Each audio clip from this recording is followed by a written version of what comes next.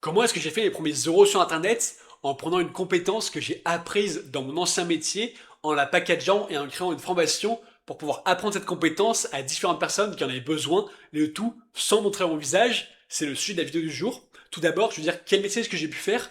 Ensuite, comment est-ce que j'ai eu l'idée de créer la formation et comment je l'ai créée. Et enfin, comment est-ce que j'ai pu trouver des clients et j'ai pu la distribuer. Donc c'est avec le sujet de la vidéo. D'abord, le métier que je faisais, c'était le métier d'ingénieur d'affaires.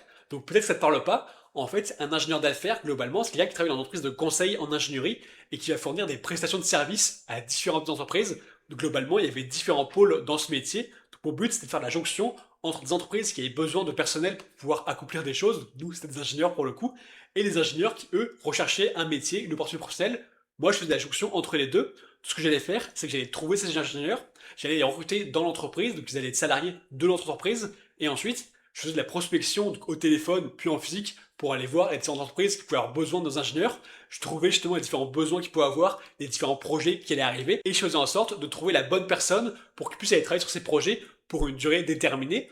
Globalement, j'avais trois casquettes. La casquette de recruteur, la casquette de commercial, dans lequel j'allais faire de la prospection, trouver les différentes missions, et enfin, la casquette de manager, parce qu'une fois que j'ai pu recruter ces ingénieurs-là, ils allaient être dans l'entreprise, et moi, j'allais être un manager de carrière. Donc mon rôle, c'est de comprendre qu'est-ce que mes ingénieurs veulent faire, comment est-ce que je peux trouver des missions en rapport avec leurs ambitions, et quelles sont les compétences qu'ils souhaitent développer pour leur carrière. Donc c'est les trois aspects. Donc la casquette de commercial pour aller chercher des contrats, la casquette de recruteur pour recruter des ingénieurs dans l'entreprise, et enfin la casquette de manager, donc faire du management de carrière pour les différentes personnes qu'on a pu recruter. Parmi ces trois casquettes, je me suis concentré sur la partie recrutement et comprendre pourquoi est-ce que des personnes qui sortent d'école d'ingénieur ou bien qui ont fini une mission dans une entreprise, ils n'arrivent pas à retrouver une autre mission dans la foulée ou ils ont du mal à trouver une entreprise directement et comprendre quel c'est leur blocage et qu'est-ce qui fait que certaines personnes arrivent à se recruter facilement et d'autres vont galérer. Donc j'ai pu analyser justement les différents problèmes que ces personnes pouvaient avoir tout simplement en discutant avec elles et en voyant directement en entretien d'embauche quels sont leurs différents blocages.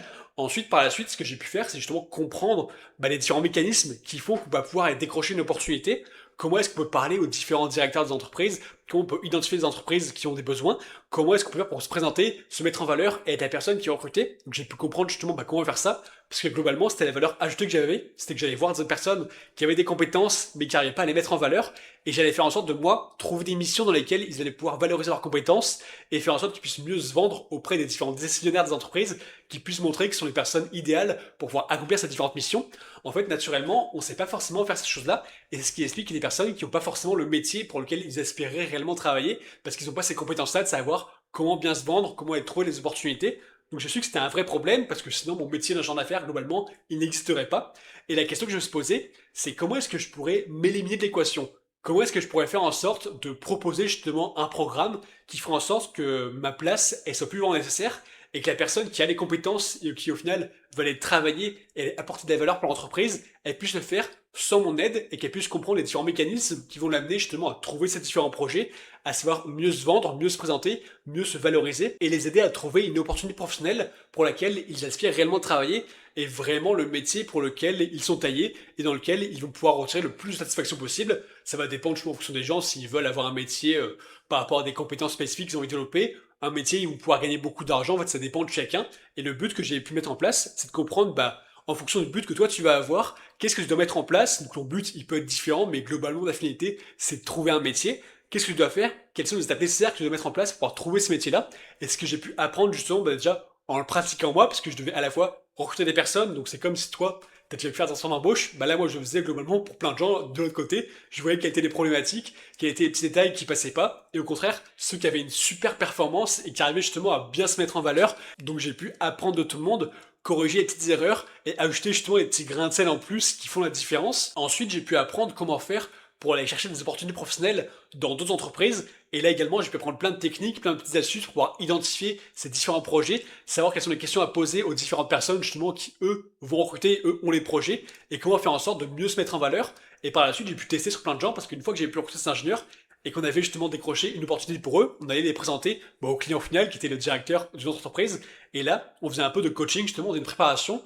On avait une trame pour leur dire, globalement, le projet, ça va être ça, donc il faudra que tu dises ça, ça, ça, ça, ça, en fonction des informations qu'on peut récolter, mais également des trucs de base, des principes assez classiques, de se dire, entretien, tu viens habillé comme ça, tu fais telles actions, t'as des petits détails qui en plus qui vont faire que tu vas gagner justement de la valeur par rapport à ce que va percevoir la personne en face. Et l'idée, c'est que j'ai pu condenser tout ce que j'ai pu apprendre dans ce métier-là pour pouvoir prendre cette information et créer un programme qui résume tout, qui résume étape par étape les différentes choses à mettre en place et faire en sorte que ce soit accessible. Parce que forcément, ce que je faisais moi, faire du téléphone au début de la prospection et aller me battre pour aller chercher des rendez-vous, c'est pas forcément le truc le plus facile du monde et c'est pas forcément le truc le plus évident pour trouver un métier. Et justement, j'ai pu trouver d'autres astuces au cours de ma carrière, des trucs qui marchent beaucoup mieux et que tout le monde peut appliquer sans forcément faire des trucs difficiles, faire un petit d'un commercial, d'aller démarcher les gens au téléphone, juste des petites astuces toutes simples. Et ce que j'ai fait, c'est que j'ai condensé l'ensemble et ensuite j'ai pu m'enregistrer moi, en fait, écrire mon script des meilleures informations que j'ai pu avoir par rapport à mon expérience. Donc j'ai profité de mon expérience pour créer une formation.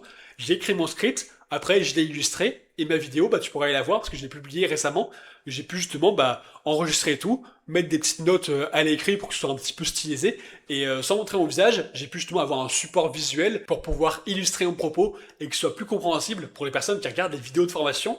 Et également, une des choses sur laquelle je serais restreinte, c'est que j'avais pas forcément envie d'associer ma tête par rapport à ce projet au démarrage, parce que je faisais encore mon métier en parallèle, j'ai envie de faire les deux justement en même temps, mais pas forcément que ça stage directement. Aussi, je voulais tester, voir si ça marchait justement de faire de l'argent sans montrer son visage, que c'est une curiosité que j'avais.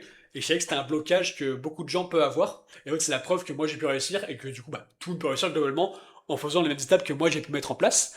Et donc, c'est ce que j'ai fait. Je me suis enregistré et dans la vidéo, en fait, on voit pas mon visage, je suis caché justement et juste mon discours. Et ce qui compte, c'est ce que je vais dire, pas forcément à quoi je ressemble, mais c'est plutôt ça justement, l'information que je vais transmettre, la valeur que je vais apporter. C'est ça justement qui va avoir de l'importance. Donc voilà comment j'ai créé la formation, c'est tout simple, j'ai pu apprendre justement après à faire un bon montage vidéo. Bon, j'avais des bases, mais j'ai pu apprendre à faire ça pour pouvoir exporter la vidéo et faire en sorte qu'elle soit agréable à suivre. Donc ça apprend super facilement sur internet, tu mets sur YouTube, tapez comment faire du montage vidéo, comment enregistrer sa voix off, comme je peux le faire là. C'est hyper simple, j'avais pas ce micro, j'ai un petit micro tout pourri à l'époque, donc j'ai pu justement un petit peu innover aussi au niveau du matériel. Donc pour la création, c'est hyper simple, il y a plein de tutos sur internet, mais l'idée c'est d'avoir justement une compétence à pouvoir apporter aux gens, et surtout identifier un problème que les personnes peuvent avoir.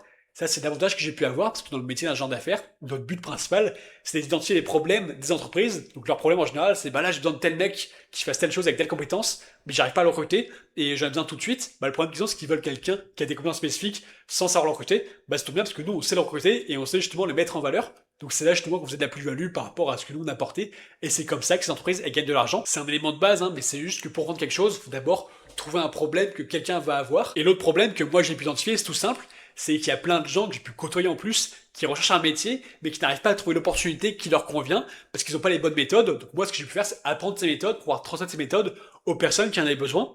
Ensuite, pour pouvoir distribuer et vendre le produit, c'était hyper simple. Il y a plein de personnes qui vont rechercher un emploi, qui vont l'indiquer justement en ligne et bien souvent sur LinkedIn pour dire mon réseau cherche tel emploi, alors ils publient leur CV. Et bien souvent les CV c'est pas forcément très bien fait, donc j'ai également pu apporter mes conseils par rapport à la création de CV pour que ce soit plus pertinent pour ces différentes personnes.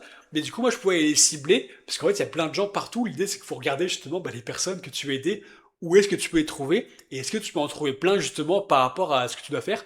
Parce que si tu fais du porte-à-porte, ça marche, mais c'est pas forcément efficace. Et là, justement, grâce à LinkedIn, grâce aux différents groupes justement de recherche, j'ai pu trouver pas mal de personnes et aller les contacter. Après, j'ai pu mettre en place justement des choses pour pouvoir automatiser justement les contacts de ces personnes et pouvoir aller les contacter directement pour pouvoir proposer mes services. Donc là, c'était beaucoup plus simple. Et une fois que j'ai mis tout ça en place, j'ai pu créer un groupe Facebook dans lequel je les invitais. Et dedans, ce que je faisais, c'est que j'allais pas vendre mon offre directement, mais j'allais d'abord créer de la valeur, donc apporter justement des conseils par rapport à ce que eux pouvaient avoir. Je répondais aux questions, je donnais le début justement de l'information, quelques éléments pour qu'ils puissent comprendre que moi j'ai de la légitimité. J'expliquais les différentes choses que je peux faire dans mon métier et j'expliquais les différents problèmes que je voyais la plupart du temps. Et ensuite, les personnes qui étaient intéressées, ils pouvaient me contacter. Et là, je faisais du coaching directement en face à face avec la personne, comme je faisais à l'époque, justement, quand j'étais ingénieur d'affaires, avec une personne que j'ai pas recrutée. Je la prépare à aller rencontrer une personne pour pouvoir aller se faire embaucher dans une entreprise et savoir se mettre en valeur, améliorer sa posture, son savoir-être, son discours vis-à-vis des recruteurs. Ça, c'est des choses que j'ai pu pratiquer. Et du coup, j'ai pu pouvoir échanger par rapport à tout ça, pouvoir coacher ces différentes personnes-là. Donc, j'ai fait à la fois du coaching et j'ai également vendu une formation qui était déjà toute faite, dans laquelle je ne montrais pas mon visage. J'ai pu faire de l'argent des deux manières. Et en fait, c'est des choses que toi aussi, tu pourrais faire. L'idée pour reproduire ça, c'est que tu dois apprendre le métier que tu fais actuellement, comprendre quel est le problème que tu résous, parce qu'il y a forcément un problème que tu résous, sinon tu n'aurais pas de métier, tu seras pas payé pour ça. Il y a forcément un petit problème que tu résous, quelque chose que toi tu sais faire, et même si t'es pas encore dans le monde du travail, que si jamais t'es étudiant, t'as pu justement apprendre des choses que toi-même tu ne savais pas faire 3 ans auparavant. Typiquement, moi quand je suis arrivé en école d'ingénieur, j'étais motivé tout ça, mais en fait j'avais pas du tout les bonnes méthodes de travail, je savais pas me concentrer, je savais pas comment réviser de manière efficace. Parce qu'au lycée c'était super simple, mais là en école d'ingénieur c'est un peu plus dur, et en fait je me prenais pas du tout de la bonne manière, Également, j'avais pas mal de soucis dans le sens, j'avais pas forcément de meilleure hygiène de vie pour récupérer, justement, pour pouvoir assimiler plein de connaissances. C'est des choses que j'ai pu apprendre, et une fois que j'ai pu apprendre tout ça, bah, je suis en mesure d'aider les personnes qui ont ces problématiques. Donc moi, lorsque je suis en troisième, quatrième année, je peux proposer du conseil justement par rapport aux personnes qui viennent d'arriver dans l'école, parce que eux, ils ont pas forcément les bonnes méthodes, et là, justement, j'ai une plus-value, je peux acheter de la valeur, parce que j'ai appris quelque chose que je savais pas. Et pour toi, ce que tu dois faire, c'est de voir ce que tu apprends dans ton métier, les différentes compétences que tu peux apprendre, et comment est-ce que tu pourrais faire en sorte de pouvoir vendre ces différentes compétences aux personnes qui en ont besoin, ou sinon, dans ta vie personnelle, voir les différentes choses que tu as pu développer, ça peut être un sport par exemple, différentes compétences, un instrument de musique. Au démarrage, je dis bah ça, je savais pas le faire, et si j'avais eu un coach qui était le toi du futur, j'aurais pu le faire plus rapidement, et l'idée c'est que tu peux être le coach justement, parce que tu es le toi du futur, tu as pu apprendre ces compétences, pour vendre cette compétence aux différentes personnes justement qui en auront besoin. Et en plus, le plus marrant, c'est que tu peux développer des compétences par rapport à des problèmes que tu peux identifier. Il y a des choses justement, je me dis ça c'est un problème, mais je sais pas encore le faire. Comment est-ce que je pourrais le faire? Bah souvent c'est super simple, il suffit justement d'aller pouvoir explorer différentes choses, de pouvoir développer ses compétences. Tu peux être formé auprès de formateurs, aller lire des livres, également aller voir sur le marché des USA, parce qu'il y a plein de gens en France qui parlent pas anglais. Du coup, toi, si tu prends de la formation là-bas, tu apprends des choses qui viennent des US, en fait, tu vas importer des connaissances et tu pourras également les vendre. En fait, il y a plein de manières justement de pouvoir mettre en place ces choses-là. Et tout simplement, ce que tu dois faire, c'est de faire un bilan sur qu'est-ce que toi tu sais faire, quel est le problème que tu peux résoudre, et surtout le plus important, comment est-ce que tu peux cibler ces personnes-là qui ont ce problème? Parce que moi, le gros avantage que j'avais, c'est que sur LinkedIn, il y a plein de gens qui indiquent qui, eux, recherchent un métier. Du coup, j'avais déjà des clients potentiels que je pouvais cibler. Mais si jamais toi, t'as pas encore ça, bah, ça va être plus compliqué. Et l'idéal, c'est donc de partir de ça, de partir de où est-ce que tu peux trouver les gens. Et une fois que tu peux les trouver, comment est-ce que tu peux résoudre leurs problèmes? Ensuite, tu prends tes compétences ou tu les développes, tu crées une formation ou un coaching et tu peux le vendre. Et comme ça, tu pourras faire des sous sur Internet. Ensuite, ce que tu dois te dire, c'est est-ce que je suis obligé de me montrer mon visage? J'ai pas forcément envie qu'on me juge, j'ai pas forcément envie de tout ça. Moi, c'est une problématique que j'avais au démarrage, je voulais pas forcément m'exposer, surtout quand t'as déjà un métier, que t'as tous tes proches, pas forcément envie de savoir justement bah, de te montrer à la face du monde et de faire venir plein de rageux par rapport à des choses que tu pourrais faire. C'est un blocage qui est tout à fait légitime. Donc moi, je peux te dire que dans les faits, tu peux vendre des choses sans montrer ton visage, ça peut marcher, mais si tu veux vendre un maximum de choses, tu fais un maximum d'argent possible, forcément, à un moment ou à un autre, c'est quand même plus facile de montrer ton visage. Donc ce que je te conseille de faire, c'est de voir qu'est-ce qui est le plus important. Et est-ce que tu préfères garder ton anonymat ou est-ce que tu préfères vraiment gagner de l'argent sur Internet? Donc c'est à toi de choisir et de voir à quoi est-ce que tu es prêt justement de te confronter, parce que forcément il y a des avantages et des inconvénients. L'avantage c'est que si tu te montres pas, bah en fait c'est tranquille, tu peux faire des trucs qui sont pas terribles ou que ça marche pas. Bah, tout le monde s'en fout globalement. Alors que si tu te montres, bah ça laisse comme des traces. Les personnes ils pourront voir tes vidéos par rapport à si t'es un futur employeur. Si jamais tu fais vraiment des trucs qui sont des trucs que tu n'aurais pas dû faire sur internet, si tu te montres un petit peu trop ou si y a des trucs qui sont vraiment des énormités, là ça peut te porter préjudice par rapport à ce qui peut t'arriver par la suite. Mais souvent c'est une crainte qui peut arriver parce que nous-mêmes on va voir les personnes sur internet qui prennent justement ce qu'on appelle des shitstorms, c'est quand ils vont dire des choses, des influenceurs ou autres, qui vont dire des choses qui sont des énormités, qui sont pas des choses qui sont envie de dire. On peut voir justement bah, que ils passent un peu pour la risée devant tout le monde, c'est-à-dire que tout le monde se fout de leur gueule globalement. Mais en fait, ça c'est des choses qui t'arrivent que c'était très connu. Et moi, ce qui m'est arrivé, c'est que lorsque j'ai publié mes vidéos, même si je peux le voir actuellement, elles font pas du tout beaucoup de vues. Probablement parce que les vidéos attirent pas assez de monde, donc elles sont pas encore assez bien. Et l'avantage que j'ai pu créer, c'est de me dire, si jamais tu vends quelque chose ou tu fais du contenu et qu'au final c'est pas du tout à la hauteur de ce que le marché attend de toi, bah au final personne ne va te juger parce qu'il y a personne qui verra ces vidéos et du coup ouais ça m'a libéré la peur de montrer mon visage et comme ça j'ai pu bah, justement bah, débloquer cette peur et je sais que par la suite c'est quelque chose qui va pouvoir apporter beaucoup plus d'argent parce que j'aurais pu créer de la légitimité, créer plus de vidéos et apporter de la confiance en montrant mon visage et pas en étant le mec un petit peu caché qui fait des trucs un petit peu sournois et c'est comme ça que par la suite je vais pouvoir gagner beaucoup plus d'argent. Donc ça va dépendre de ce que tu veux faire toi. Soit tu peux tester un truc sans montrer ton visage, sachant que ça va être plus dur. Après, si tu réussi à faire un truc dur, tu vas réussir à faire un truc plus facile derrière, c'est tout à fait logique. Ou sinon, tu peux commencer directement par montrer ton visage. Comme ça, par la suite, tu pourras te remercier plus tard, parce que si tu as bien fait les choses et que tu as réussi à créer de la visibilité, eh bien, tu pourras vendre tes différentes offres par rapport aux différentes compétences que tu as pu développer et que tu souhaites apporter sur le marché.